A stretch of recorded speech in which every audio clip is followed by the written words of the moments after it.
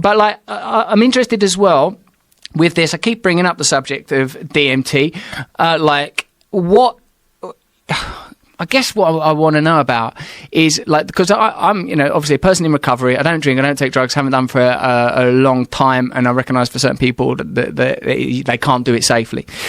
Psychedelics and hallucinogens seem to me exist in a realm outside of that, because they're not pleasure seeking. Right. They're seem to me like it's a spiritual portal. However, I'm a crafty bastard when it comes to this stuff, and I'm always looking for an in.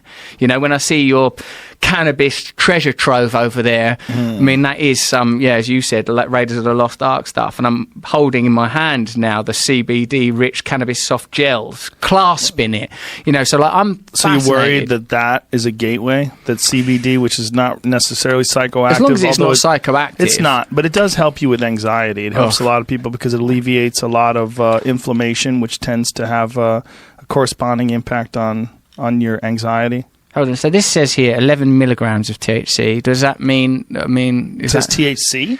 It does say that at the bottom. It's probably a 1-to-1. Is this a 1-to-1? Might be, or it's like an 18-to-1. Or 11. It says there's an 11 and a 1. There's a couple different ones in that box. Oh, I almost gave you the wrong one. Joe, what's next? Jesus, glad you read. A bag of smack. Don't take that. This one goes Don't back take in. This one. This one's way more powerful. That's Really? 1-to-1. Yeah. Well, you seem very relaxed and free from anxiety. Feel great. I will say that. But what I suppose I'm interested in, because look, listen, I'm meditating I meditate a lot. I'm doing all these things. I'm experiencing transcendent states. I'm experiencing what it's like to not feel attached to my identity as Russell. Who are you before you are Russell? Who are you before you identify yourself as a man in England? Who are you? Who is the person? Who is the consciousness? Who is the awareness? Now, when I listen to, say, Terence McKenna talking about his experiences in psychedelia at such length and with such lucidity and with so many philosophical connotations, and the way that he uses the information he's getting from hallucinogenic experiences to speculate on how we should organise society,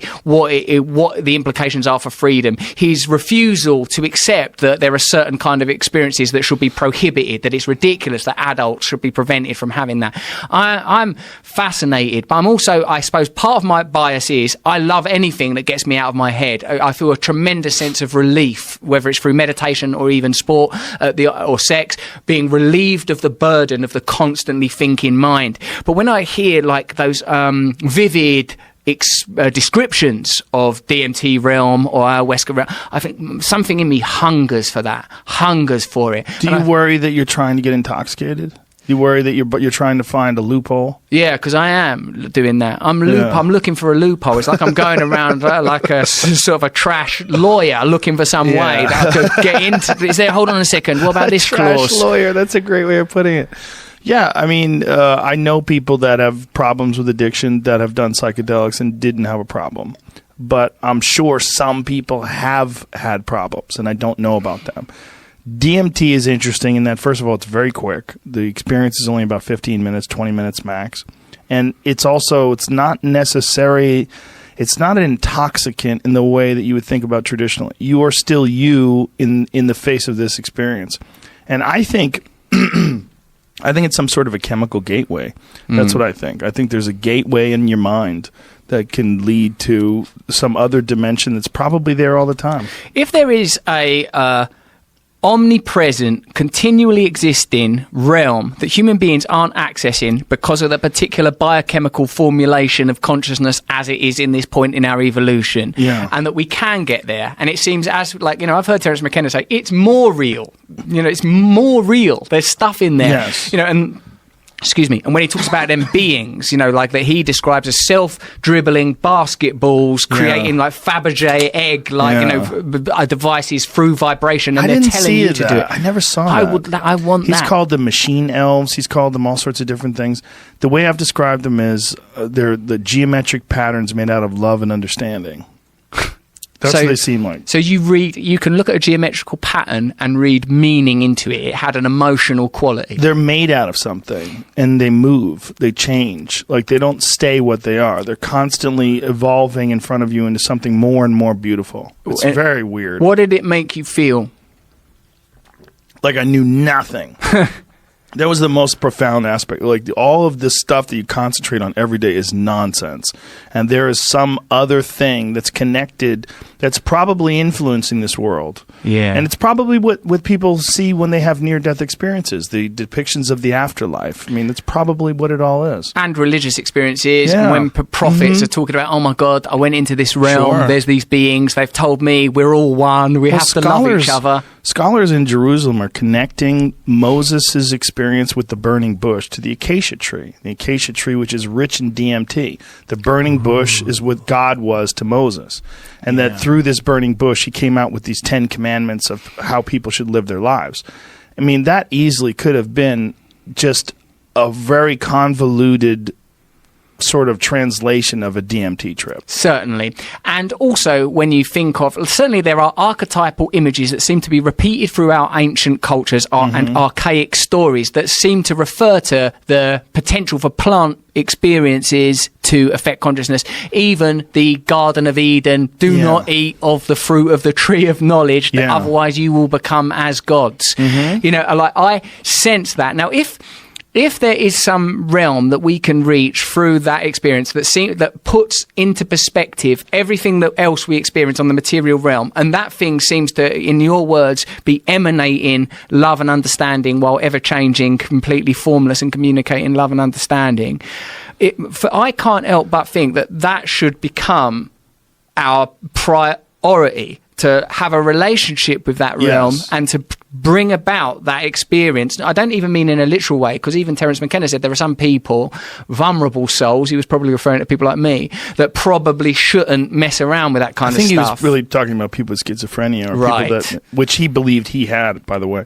Did he? Yeah, he had some very unique perspectives on schizophrenia and the way people interact with the world itself. I think if we lived in a healthy world, a healthy civilization that had a healthy relationship with psychoactive substances, we'd probably have centers where you would have a legitimate shaman, a medical advisor, and someone would take you through a guided experience. We're doing that now with ketamine. There's a lot of people that are very depressed that are having these physician-controlled ketamine experiences that have had a profound effect on their depression. My friend Neil Brennan's gone through several of them, and he's a comedian, a very funny comedian. So when he was describing it, it was hilarious. And he's going to a doctor's office and tripping his fucking balls off. You know, and the doctor's shooting him up with intramuscular ketamine. Oh, my God. Yeah, and he's having these insane... I go, so you're having psychedelic experiences? He's like, oh, yeah! The way he's describing it was really funny. I mean, tripping his fucking balls off in these whatever states that ketamine... I've never experienced ketamine. I don't know what it does. But it's apparently profoundly hallucinogenic. And you have these wild, crazy experiences on it. And for whatever reason, it has a great impact on depression for a lot of people. I think it's a perspective enhancer, but it also does something to rewire the mind. Well, what some of this suggests is that mental illness is a response to our material conditions, whether that mental illness is schizophrenia, depression, or addiction. It's like people are going, oh, hang on a minute, this isn't how we're supposed to live. I took that ketamine one time towards the end of my using, and as usual, it's not in the right type of environment. You shouldn't be doing stuff like that in a nightclub. You need to be under that shamanic conditions, white coat guy or whatever, whoever you nominate as a shaman. But I felt like it was like going into a tunnel made of sound and like having to navigate. I was like, oh shit, I'm still in reality. What am I going to do? Is it as my sort of consciousness becomes a noise instead of a string of words and signs? How am I going to get out of this place? You know. So like for me, it's clear that drugs were never meant to be recreational. In fact, they never were. I was never, hey man, this is crazy. I was always like, I'm in fucking pain. I need some shit to help me out. Otherwise, I'm going to probably kill myself. You know. So like it was a way of holding that stuff at arm's length. So I guess my renewed curiosity around DMT and ayahuasca and other sort of plant medicines, and like do you know Daniel Pinchbeck and like them guys that are sort of part of that. I'm curious about it because I guess I'm continually trying to find a way where someone go, right, here's a way where we can do it where it's sort of safe. And I've heard of other people in recovery doing it. But when I think about what my motivation is when I hear people talking about and my own certain recollections of experiencing what felt like God, and by God I mean a sense of oneness, and that my individual identity isn't my real identity, and I'm connected to everything, and love is the most important thing.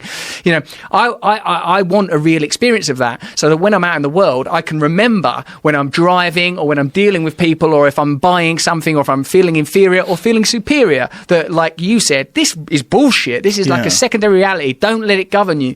You know, as someone that's been seduced by fame, a person like, oh, if I get this part in this film, then everyone's going to love me. Oh, if this stand-up set goes well, you know, like a person that's placed all of my well-being outside of myself, the certain knowledge that there is an inner connection that will take care of you, that's accessible. I guess I'm, you know, hungry to sort of feel it in a way that's like, oh my God, now there is no doubt. So in a sense, it's a crisis of faith, not a crisis of faith. There's some psychedelic states that you could achieve without taking anything. I mean, you could certainly get there in a flotation tank. You could get there through holotropic breathing. I've never done Kundalini yoga, but apparently the people that get really deep into Kundalini yoga can literally have DMT trips. Yes. I know I have friends that have done DMT and have experienced DMT trips through Kundalini. Yeah. But you have to be really dedicated. I mean, there's a lot of time. A lot of time and a lot of energy, and you have to really understand the methods and follow them to a T, and you can achieve these altered states of consciousness that are apparently, you know, not from my personal experience, but from what people tell me, incredibly profound. Yeah, I mean, I've had comparable things. I guess that what it's, you know, the difference between feeling something that's that overwhelming that gives you no choice. Yes. You know, like there's like, it's not like, you know, Kundalini, you've got to do these breaths correctly, you've got to sit there, you've got to try again. Have you done it? Yeah, I've done quite a bit of Kundalini. Well, what for me, it feels like what I felt quite a lot yogically and meditatively is a cessation of what I would call my individual consciousness. Like, oh, I'm not this. This isn't who I am. This is just a temporary experience. And all of the value systems of our world are built upon these primal drives in collaboration with a culture that likes to stratify people and manage people and operates like a massive farm where it's easier to keep people together operating in these kind of ways systemically. I've sort of felt rushes of that, like a certain wordless clarity, if you can imagine me having anything that was wordless even for a moment, and in that space, you know, there is great peace. So I suppose what's turning me on about the DMT and ayahuasca thing is that the way it's narrativized, that you're going to meet characters and stuff like that, and it's going to be plain and beyond doubt. You know, because I suppose what prophets do, you know, like whether it, you know, when a prophet returns from whether it's the burning bush or the cave, they come back and they say, all this stuff that you're taking seriously is not real. There's this other realm. Start prioritizing it, or you are going to live in hell on earth. You're going to be governed by your materialistic drives, your sexual drives, and it's going to imprison you.